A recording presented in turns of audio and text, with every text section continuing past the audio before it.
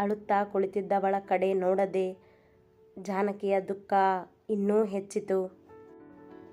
ನೋಡು ಶ್ರೀ, ಈ ಪೇಪರ್ಸ್ನ ನಿಮ್ಮ ಅಣ್ಣ ಬಂದು ಈ ಥರ ಮಾಡೋಕ್ಕೆ ಹೇಳಿದ್ದು. ನಾನು ಆವಾಗಲೇ ನಿನಗೆ ಕಾಲ್ ಮಾಡಬೇಕು ಅಂದ್ಕೊಂಡೆ, ಆದರೆ ಎಲ್ಲ ಮುಗಿಯೋವರೆಗೂ ಇಲ್ಲೇ ಕೂತಿದ್ರು. ಅದಕ್ಕೆ ನಿನಗೆ ಅವರು ಹೋದ್ಮೇಲೆ ಕಾಲ್ ಮಾಡಿದ್ದು ನಾನು ಎಂದ ಲಾಯರ್ ಕಾರ್ತಿಕ್. ಅಣ್ಣ ಹೀಗೆಲ್ಲ ಮಾಡ್ತಾನೆ ಅಂತ ನನಗೆ ಗೊತ್ತಿರಲಿಲ್ಲ ಕಾರ್ತಿಕ್ ಎಂದ ಅವನ ಮುಂದಿನ ಚೇರಿನಲ್ಲಿ ಕುಳಿತಿದ್ದ ಶ್ರೀರಾಮ. ಇಲ್ಲ, ಇದು ಹೀಗೆ ಇರಬೇಕು ಅಂತ ಹೇಳಿದ್ದು ನಿಮ್ಮ ಅಣ್ಣ ಅಲ್ಲ, ಅವ್ರ ಜೊತೆ ಬಂದಿದ್ದವರು. ಅಣ್ಣನ ಜೊತೆ ಇನ್ನೊಬ್ಬರು ಬಂದಿದ್ರಾ?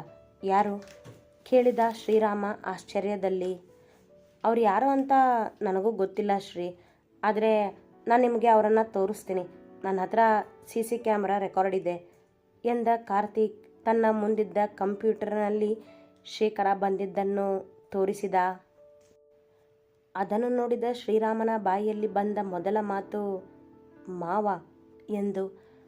ಕಾರ್ತಿಕ್, ಇವರು ಬೇರೆ ಯಾರೂ ಅಲ್ಲ, ನಮ್ಮ ಅವನ ಅಣ್ಣ, ನಮ್ಮ ಮಾವ ಕೇಶವ ಅಂತ ಎಂದ ಕಾರ್ತಿಕ್ನ ಮುಖ ನೋಡುತ್ತಾ ಶ್ರೀರಾಮ.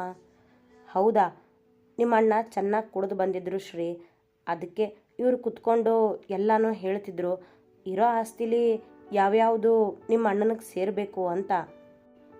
ಪೇಪರ್ಸ್ ರೆಡಿ ಮಾಡಿಸಿದ್ದಾರೆ ಅಂದಮೇಲೆ ತಗೊಂಡು ಯಾಕೆ ಹೋಗಲಿಲ್ಲ? ಅದು ನನಗೆ